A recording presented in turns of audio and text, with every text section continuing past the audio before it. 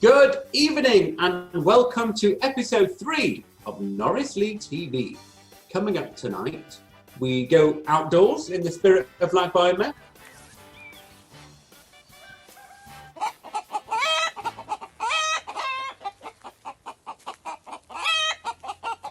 And we hear about Jeremy Freedman's upsherin, also in honour of Lag Wineman. Now, what are these things all about? Haircutting and going outdoors. So we're just ending now the 33-day mourning period. We've had no weddings, no bar mitzvah parties, etc. No haircuts. So I'm desperate for a haircut myself, but that ain't happening anytime soon anyway. My kids won't let me anywhere near their hair. So we're all experimenting now. We finished the 33-day of mourning period with Rabbi Akiva, who lost 24,000 Talmidim, disciples, during a plague, and that's what we're mourning for. But on the 33rd day of the Omer, 18th of Iyar, the plague stopped and they stopped dying. So we celebrate that, and we also celebrate his 5 surviving Talmidim, his surviving disciples, who went on to teach Torah to the masses like never before. Much of the Torah, rabbinical law that we have today, come from those 5 great sages, the disciples of Rabbi Akiva. One of them in particular, Rabbi Shimon Bar Yochai. He was the one who taught Kabbalah, the esoteric meaning, the deeper meaning behind much of the Torah. He studied in a cave for many years, and then he came out and taught it to the masses. And that's one of the reasons why we go out on Lag Wineman to the outdoors. So we'll be seeing some of the outdoors soon from the Freedman family, who live in Comworth, and we'll see how they live their lives over there. It's fascinating, and they've welcomed the whole community to come and visit sometime, obviously when that will be legal. So Lag Ba'omer is the yard site of Rabbi Shimon Bar Yochai. And the day he died was the day when his life mission was complete, his mission of teaching the deeper meanings of Torah to the masses. And that is what we celebrate. The fire of Torah. So some have the custom to build a bonfire. Well, that kind of evolved to barbecuing and toasting marshmallows. Love it. And that's really what Lag Ba'omer is all about. So we're going to go, we'll be seeing some of the outdoors, and we'll be hearing about his haircut. And Rabbanit, anything to add? What does Lag Ba'omer mean to you? Yeah, it's a very exciting time. Like you said, you know, we always remember the field trips that we used to do in school, right? Everybody always looked forward to it because that's when we got out and went out and into the field. So we are lucky enough to have our own members to share their field with us. And I just also want to recap on just last week's events that we had. It seemed like there was quite a lot going on. I know you just had the quiz for the show. How did that go? Oh, the quiz was amazing. Great fun, and many of those who participated would like to do it again. So watch this space for a rerun. Different questions. We'll never know if anybody cheated because they're all in their own home. They may have been Googling furiously. But were they hard questions? Some of them, yeah. It depends how much you know. So who's the winner? Family James Kaufman. Well done. Oh, Mazel Tov. Yeah. And we hope to do a rerun sometime. So watch this space. Excellent. Sounds exciting. Yeah, we also had the conversation about unorthodox, which was always an exciting. Yeah, sold out. I tried coming on to that one. What can I say? Exclusive, intimate conversation happening. But we send out the recording for those who requested it, so look out for that. I look forward to watching that. Thank you. So, yeah, it is an exciting episode this week with going outdoors and meeting the Freedmans. That's with a double E, so it's the other Freedmans. And we have a very interesting interview. You know, we always try to get on topic at Norrice Lea TV.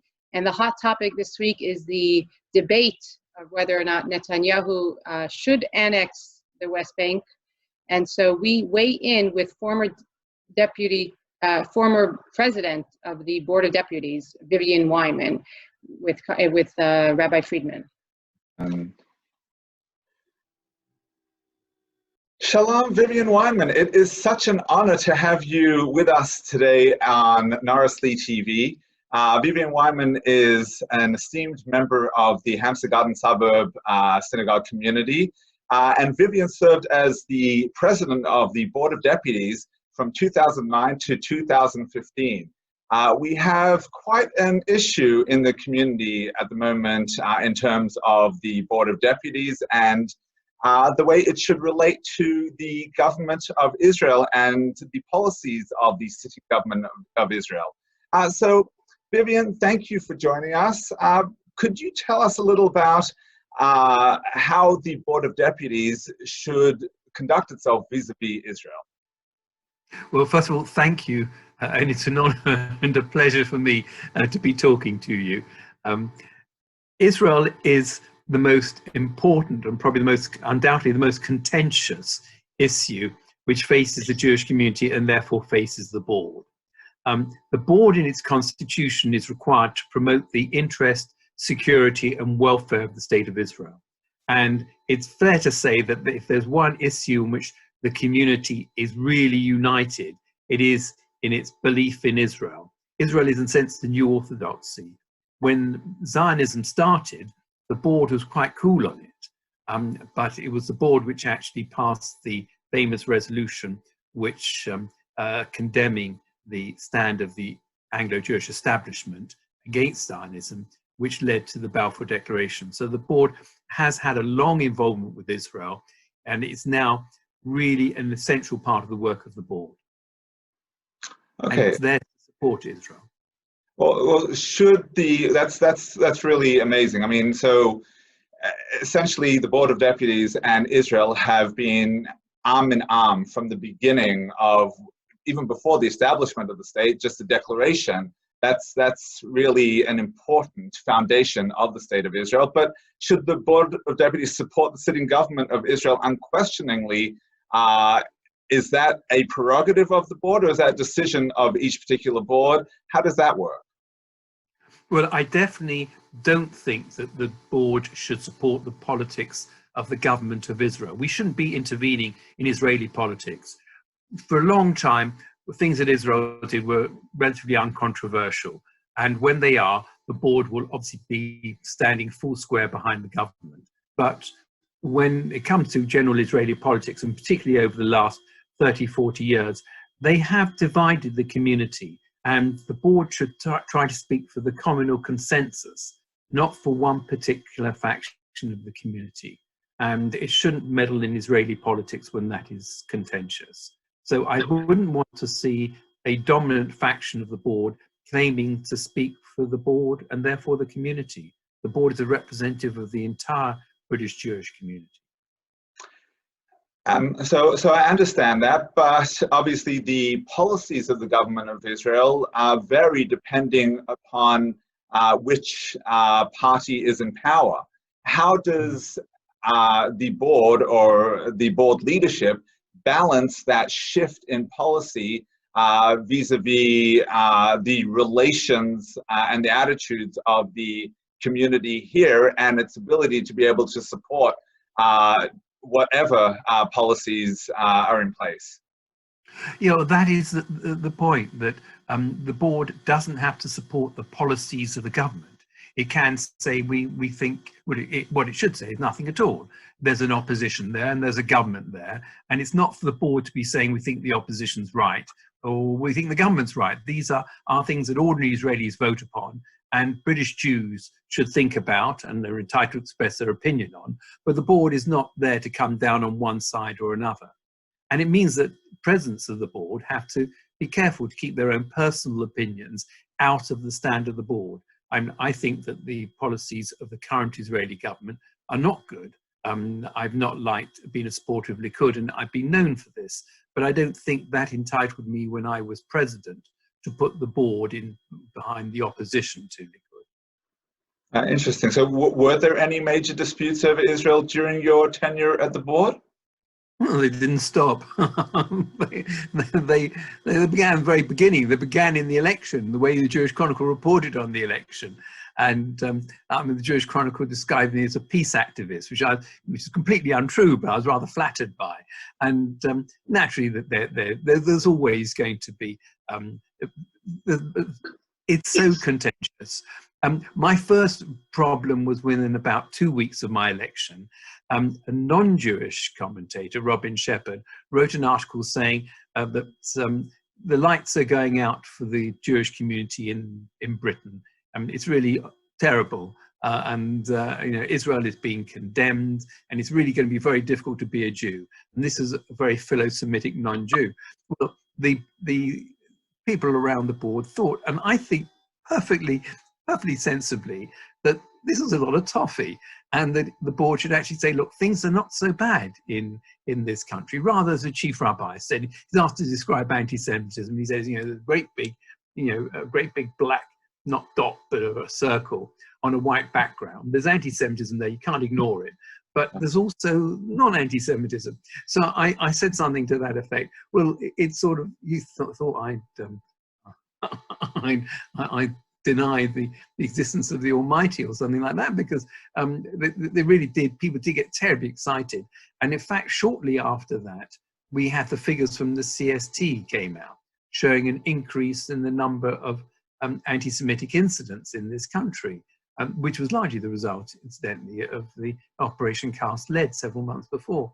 And so I remember somebody who used to live in Hampstead Garden Suburb, but has since descended from that lofty position.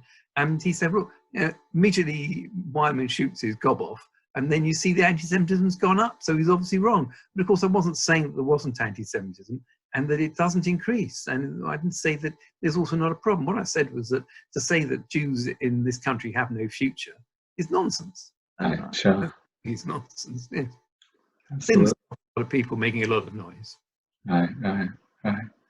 So let's talk about the current situation. A number of deputies have written to President Marie van der Zyl asking her to make an announcement or a criticism of Israel's policies, Prime Minister Netanyahu's declaration that he will annex parts of the West Bank.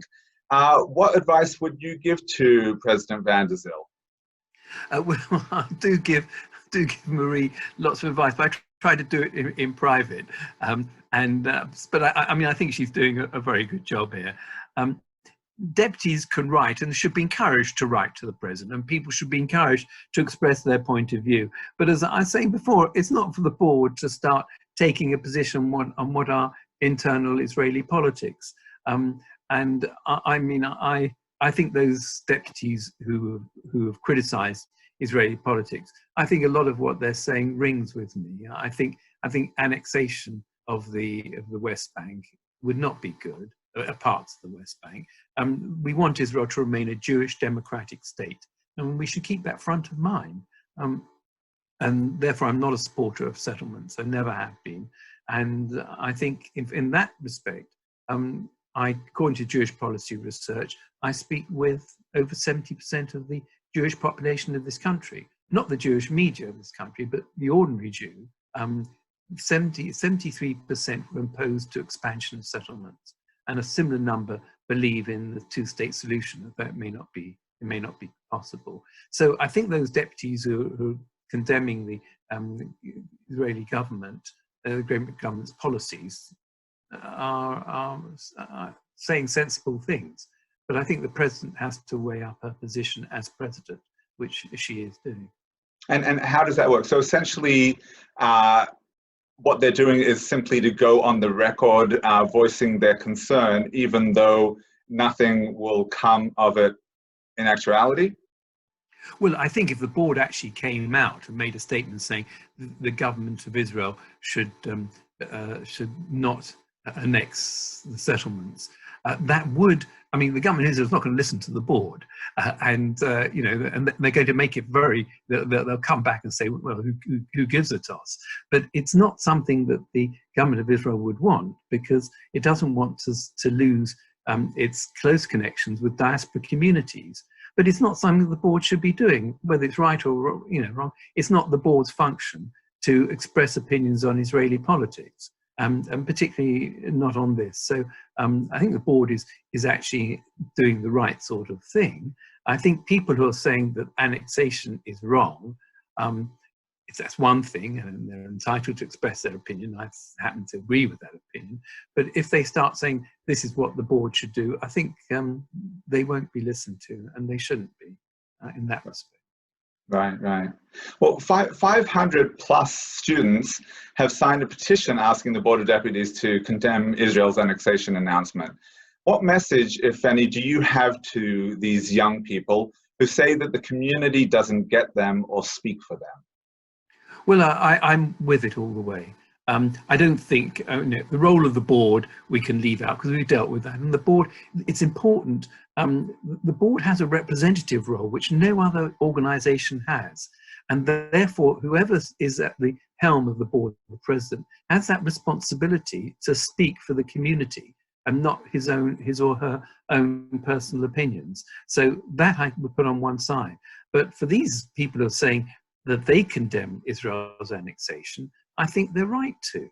And when they say the community doesn't get them or speak for them, well, I think in a lot of cases they're right. And I'm terribly concerned that some of the things that come out of the community, I think some of the things that are said, I think the media in the community doesn't speak for the community as a whole. It's very biased. It's got its obsessions and which is unfortunate.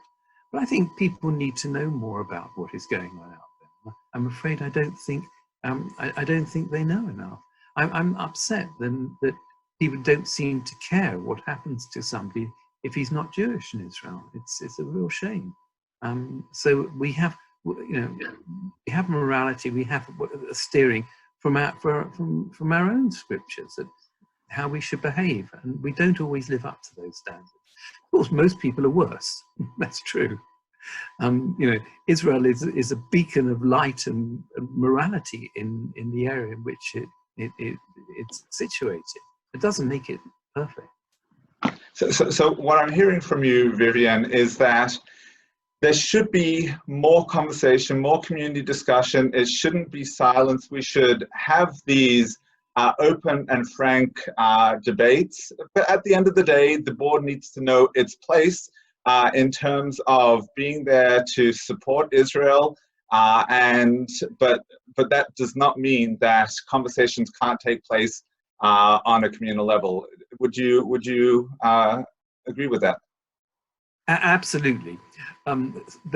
Some years ago, there was a lot of friction between United Synagogue and the progressive movements, and it was very unfortunate. And it was decided to set up an organisation which would bridge the gap between these. And it's very much under the leadership of the board that the US and the Federation and the Sephardim and the Mizorti, Reform and Liberal would all talk together and they would meet. I'm not sure if the Federation are still in. But we used to run that, and it was very good and it was effective. We need a similar kind of organisation over Israel, which is even more controversial than religion, where people sit down from all the streams of the Zionist movement and Yachad and all the other groups and say, yeah, we don't agree at all. We're all supporters of Israel, but we have different ideas about what should happen to Israel and what it should be doing. And they should talk in a civilized way. And we shouldn't have all the anger that is there. We should try and mediate that. And when I retired from my position at the board, I did put that in an article, which had such an effect.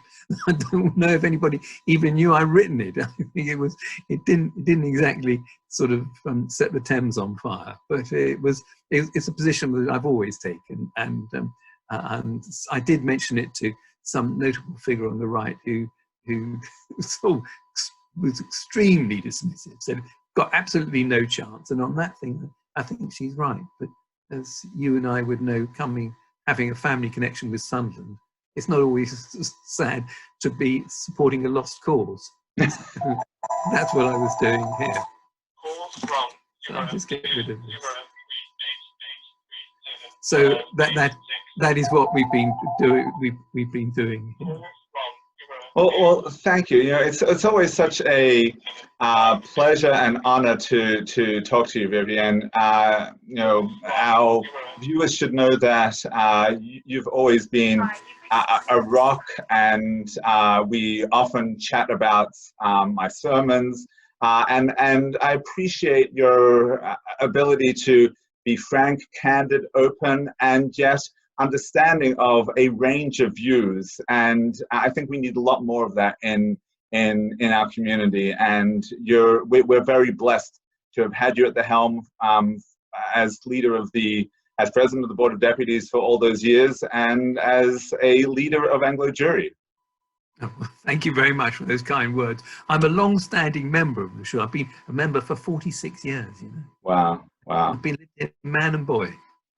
Oh, incredible, incredible. Well, thank you so much for your time today, Vivian, and may those conversations continue, and may we only share samples. Thank you very much.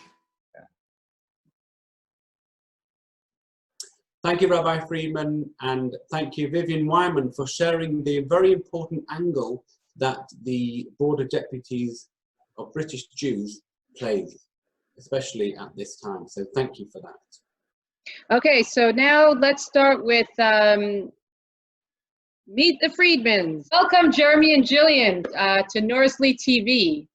Thank you. So where are you exactly? Are you not in the suburb at the moment, are you? But you are a member. We're not in the suburb. We're at our home in Conworth in Bedfordshire. Conworth is a village. If you drive up the A1 out from Mill Hill, from Apex Corner, for about 45 minutes, you pass Biggleswade and Sandy, you come to St Neots. If you turn left there and go about 5 miles across country, you come to Conworth. And if you carry on, you come to Bedford. Nice. That takes how long? I tell you, it takes an hour on a good day. Traffic, it can be a bit longer. Late at night, a bit quicker. Okay, cool. So what are you guys doing out there? Oh, we live here. We've lived here for 6.5, nearly 7 years. We still have a small base in the suburb, and we come to join with the shul when it's open once a month. Otherwise, we live here. Jeremy works in London once or twice a week. And we run a small holding with animals, and we grow all our own fruit and vegetables, and we hold Shabbatons here, and we have youth groups come here, and we're open for anybody to come and see nature. It sounds amazing. Yeah, it is. We're very blessed. How many can you hold for a Shabbaton? We've got accommodation for maybe 25, a bit more in the summer because we put tents up or get people to sleep in the summer house. I think the record we ever had was something like 37, but we used some cottages on a nearby golf course just for the overspill. In comfort, about 25 to 30 people can stay here. Wow. All with ensuite bedrooms. So. Wow. So with the new set of isolation laws, we'll see what social distancing. I guess we'll see how that all fits in. We were hoping to make Yom Tov here at Shavuos. I think we're going to have to cancel that. I'm beginning to think that if shuls aren't going to be fully open for Rosh Hashanah Yom Kippur, that we ought to do something here. That would be the next occasion. So how are you managing? Is it affecting you out there? The Hardly at all. We feel very lucky. We have 4 refugees staying with us, our daughter, son-in-law, our 10-year-old grandson, and my 27-year-old niece. They all have jobs, including the grandson who has schoolwork. So they all work using the Wi-Fi in the barn and in the house. And we come together for Shabbat. We have 2 kitchens, one with the barn and one with the house. So they live separately during the week, and I invite them for Shabbos. And so far they've come, and we had a wonderful Seder night and Pesach meals together. So we're very lucky. I want to add that we've also got a pizza oven. And when we make pizzas in the pizza oven, like we did last night, then everybody eats together. This is a wood-fired pizza oven, and it makes just the best pizzas in the world. Can we see it? Can you see it? Yes, you can come and see it. I'm going to show it to you. Look at that. Nice. Yep, it's very good. And we have a very good chef. He's called Jeremy. He makes the dough, I roll it out, and he cooks them. When it comes to Lag BaOmer, we've been putting wood aside in the field and building a bonfire. So that we'll be lighting that tomorrow afternoon. So you don't, but my understanding is you don't eat. You're vegetarian, vegan. We are vegetarian. We've been vegetarian for nearly 50 years. hence the pizza oven and not the barbecue. There is a little barbecue on the side, just in case anybody wants to barbecue some tuval, but why would you? Tofu. So Jeremy, you have a story about Lag BaOmer, where, you know, it's traditional on Lag BaOmer to have what we call an upsharen. You know, last week we learned a new Yiddish word called chaparein, you know, seize the day. And so the upsharen is when we cut, it's customary for a 3-year-old to not cut his hair, to let him grow like a tree and keep him sort of pure. And then on Lag BaOmer, it's traditional to have his first haircut. And I understand you had yours, but a little bit later. Want to share the story with us? And I'm happy to share it, though I think a lot of people will remember it. We're going back some 20 years, and the shul was twinned with the community in Lvov in Ukraine. And Jill was running that twinning, and she was doing concerts every year with Avrami. This was a very successful twinning for many years. There was an old shul in Lvov built in the 1930s, which the rabbi and Rebbitzin were operating out of, and it was in a dreadful state. It had been used as stables. It had been used for all sorts of terrible things during the Second World War, and also during the communist regime. But it had beautiful paintings on the walls and on the ceiling, and I was desperate to restore it, but it was a major project. Jill was against it. She felt that all the money ought to be aimed at the living and at the living at the people rather than at the buildings. Cut a long story short, I did want to restore it. I was told that it would cost $60,000 to raise the money to do a project assessment and bring in an architect from Yerushalayim. And in those days, I wore my hair very long. I mean, I've always wanted to wear my hair long, and sometimes I do and sometimes I don't. It was particularly long at that time. We went to a bar mitzvah. The bar mitzvah was made by the Gottlieb family. I was sitting at a table with a Baal Tzedakah, and we were talking about Red Nose Day. He explained his secretary had raised £400 to cut off her long hair. I said I wouldn't cut off mine for more than $20,000. He asked me what I would use it for. I said I would use it as seed capital for this project in Lvov. He said, I will guarantee you that $20,000 if you will cut your hair on Lag BaOmer. It was November, I think, so I had 3 or 4 months to plan this. If you will cut your hair on Lag BaOmer, we wrote out a contract there, and then it was witnessed by various Choshev Rabbonim sitting at the big table, and then it was passed around the room, and by the time we got back, there were pledges of $60,000 to cut my hair. We had a ceremony in the garden of the Kingsley family in Winnington Road. A famous hairdresser, I can't remember his name, the Queen's hairdresser, came and cut my hair with some garden shears. The press were there, whatever. It was a fun occasion. But the bottom line was we got our $60,000. We hired the architect. He did the plans. It's another story how we raised the $600,000 to do we did. To do it, but we did it. Amazing. It was Lag BaOmer in the Kingsley's garden. Right. When we spoke, we thought, why not? Let's do a Lag BaOmer upshirt, and your response was, "Oh, I already did that. I ain't doing that one again." So we'll have to find another. So we thought maybe about sheep shearing.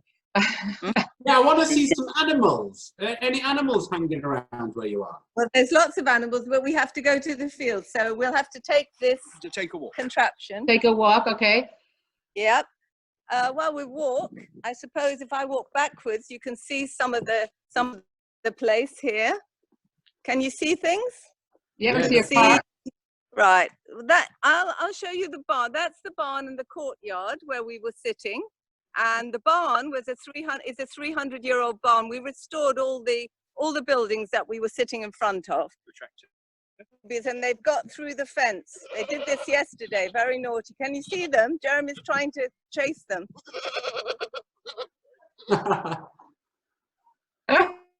Here we are. You can see the little goats again. Oh yeah, there they are, Harry and Meghan.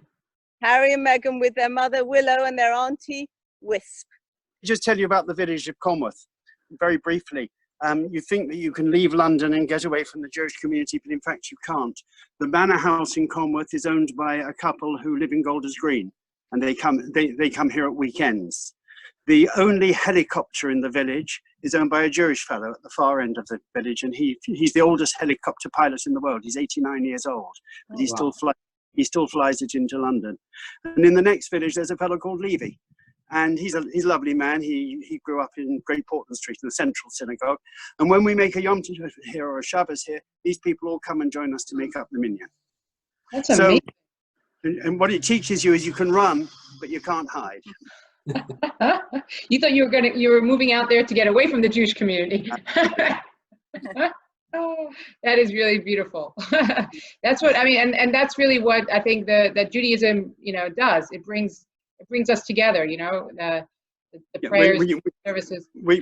We make no bones about the fact that we're Jewish. Everybody in the village knows that we keep kasher. If we make a party, they come to us. They go to Costco and they look for things with a K symbol so they can bring it as presents. Everybody understands what we're about, but that means that people here who are Jewish and maybe don't say very much about their Yiddishkeit, when they hear about us, they come shyly and they come to, I'm Jewish too. There's a fellow in the village who isn't Jewish, but his great uncle was Jewish and a very famous Jewish fella. And I'm going to just hum you a tune, and you'll know who his great uncle was. The tune goes like this: da da da da da dum. I may not have seen the film. Do you know what that is? Comes from the film Chariots of Fire. And a film about an Olympic athlete, Harold Abrahams, and he was part of the Jewish community in Bedford, beginning of the 20th century. And his great nephew still lives in the village. Lovely man. Amazing. Yeah, that's. I mean, how far are you from one person from one family to another, or from one resident, or whatever you call it? We're a little bit outside the village, and that's by choice. We reckon if we have 30 people here, we don't want to disturb the neighbours. We do have neighbours across the road, but it's not that close. It's not like across the road to you. And we have neighbours within 50 meters, 100 meters, but to walk to the village is about 10-15 minutes. Okay. No, it's not far, but we have no shop in the village, no pub, nothing like that. Right. So when you make your service, the local neighbors, Jewish neighbors, can come walking distance to you. Right? Absolutely. Yeah. Wow, yeah. Absolutely. Great. Yes. And so, what do you teach? You have? Sorry. I was going to say the fella in the manor house. He's something of a London in the liberal Jewish community, and when we make a tikkun leil, he always insists that he's going to speak, and he does. He spoke once. It was very interesting. He's from New York, that year, and he sat down and he said, "I want to talk about the Book of Ruth," and he said, "But I think particularly want to talk about chalitza. Have any of you ever done chalitza?" And we all looked at him like he was mad and said, "No." He said, "Well, I have." And he'd done chalitza in the Satmar based in New York. His brother had gone to Eretz, had got married, had died without children, and his sister-in-law came to New York and took him to the Satmar based in so he could do chalitza for her there. Wow. You want to explain what chalitza is? That's a whole separate topic. So for those who are online, they'll Google it. Google it. They spit on the shoe. Okay. That's fascinating. It's amazing how many different kind of people you meet out in middle of nowhere. I mean, I shouldn't say middle of nowhere, but out in the outskirts. It really is quite extraordinary. 45 years ago, when Jill and I were first married, we moved to Devon, and we had a similar sort of operation in Devon for a few years. And I don't know if I can tell this story quickly enough, Jill, to get across. I went to an auction to buy a ram, and I was sitting there in the crowd, and all the animals went through. The ram I wanted was almost the last thing in the auction. And I bid for it, and I got it, and the fellow with the clipboard called out across the auction ring, "What's your name?" because they didn't know me.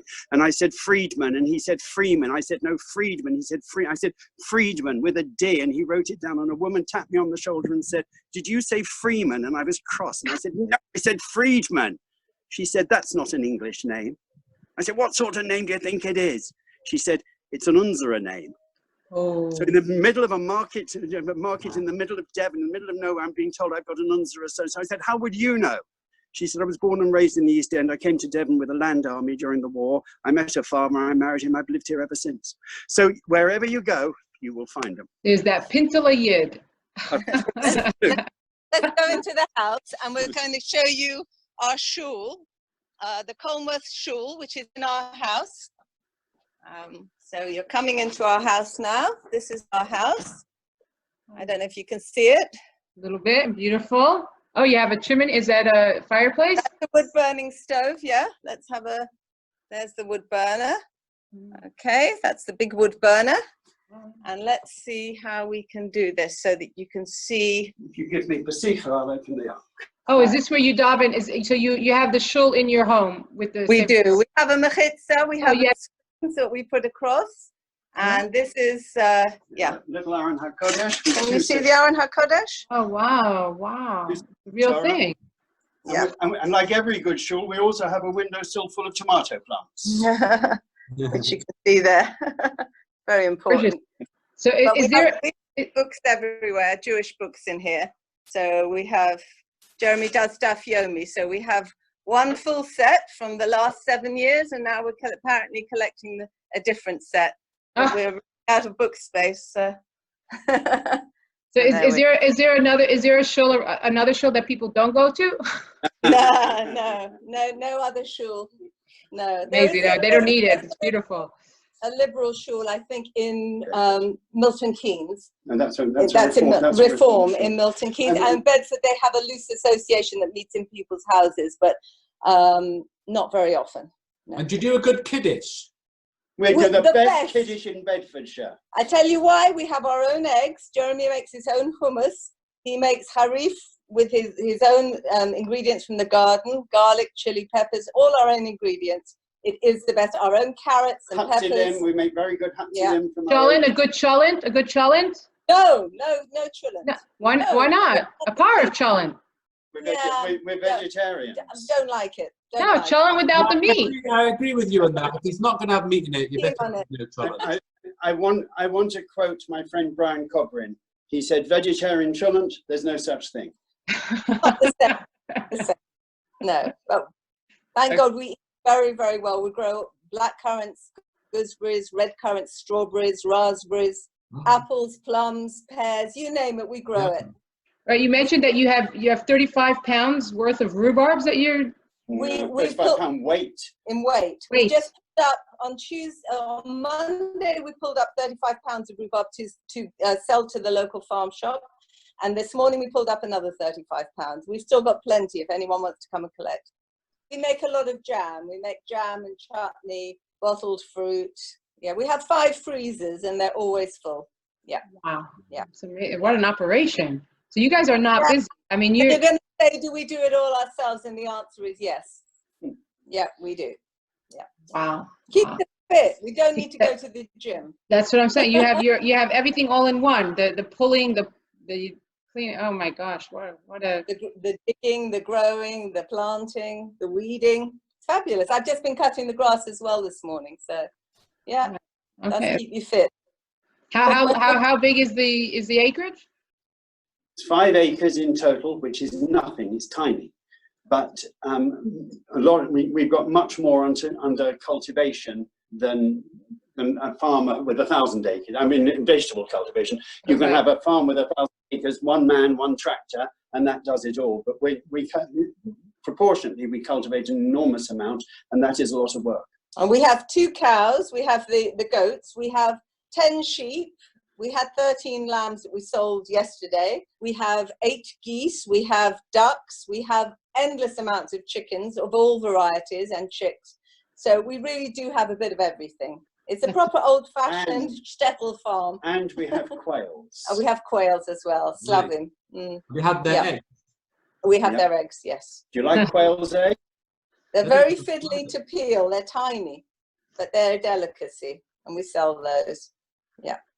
There's a market for all the eggs, particularly at the present time. Any surplus we've got, the farm shop in the next village take and they sell them. They can't get enough. We sell our goose eggs. They are a real delicacy. I've never eaten one, but we do sell them.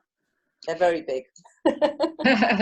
So we actually, one of the questions we ask our families is that, what's your family bumper sticker? What's your, if you had one phrase, your motto, family value, what would it be? For me, it would be, you are what you eat. That's for sure. If you kill animals, that makes you pretty bloodthirsty in my book. Yeah. I guess the same for you, Jeremy. You are what you eat. I'm not quite so aggressive on that score. I'm pretty aggressive, but not on that score. I take my cue from Greta Garbo. I want to be alone. I love this self-isolation. So you're enjoying every minute of this. Absolutely. I love it. Me too. All right. Well, thank you so much for sharing your home with us and the insights, really amazing things that you're doing and opening your home to the community. We hope you'll come and see it. We hope you'll bring your families and you'll come and see us live. Everybody is welcome. Many people from the suburb have been, but many more are welcome. Bring your children, your grandchildren, your friends, yourselves. Just don't bring any meat or any fish. That's all. All right. So we'll once we get the go ahead to get out, we will definitely contact you.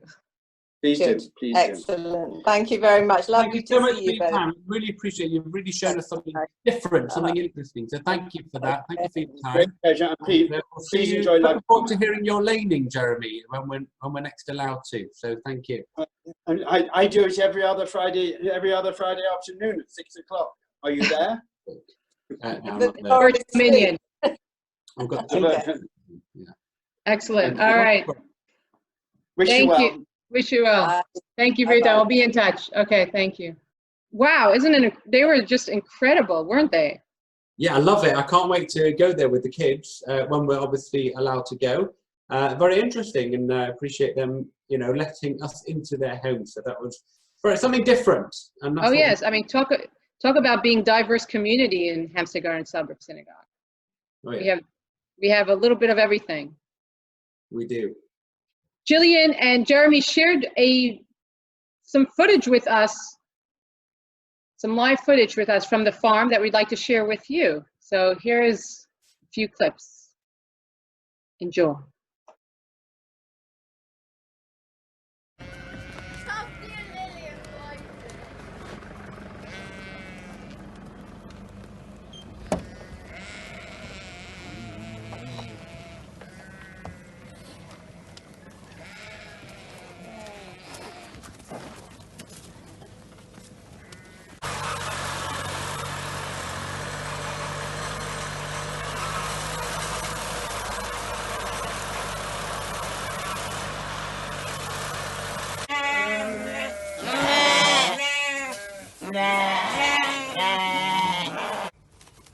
And here are the geese.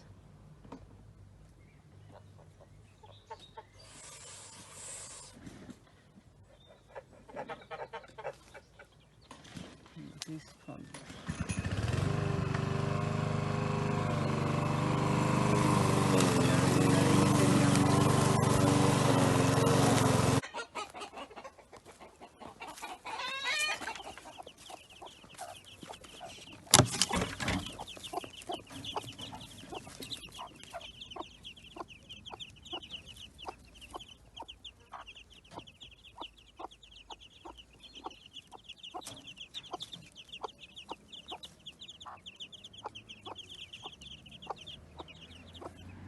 Okay, thank you very much for another episode, for tuning into our third episode.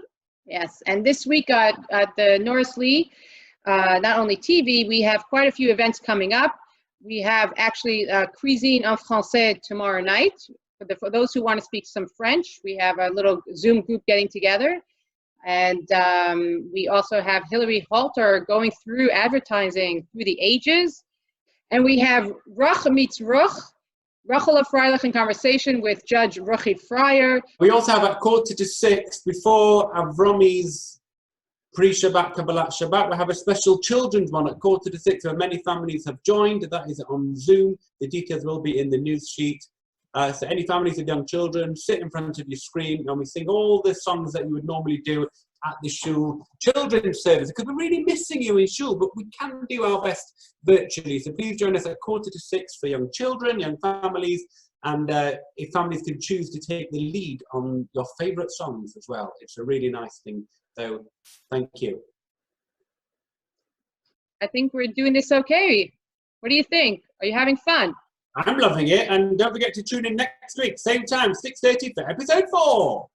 And now we'll end off with a musical from an old friend, a Breslov Chassid, in honor of Lag BaOmer, for the Hilula of Shimon Bar Yochai, something a little different for the Norrice Lea family.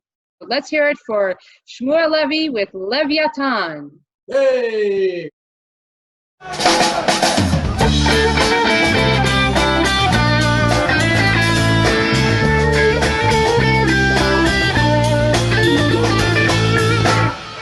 ندار حبيبي ليه حبيبي ليه نادى ليه حبيبي نادى نحر الليل بعد صوت حبيب عز الليل نحمر معايا يا عيد ملموس كارت مفهوم بطيء بقيمته هبي عصوته من الروح علوم شوف يا ريت الفلاح أحلام يا ريت بيتك كتون كنت في لوك شونالو mi amor tío naku anale amate dividi anale amate dividi anale amate habibi habibi nada habibi nada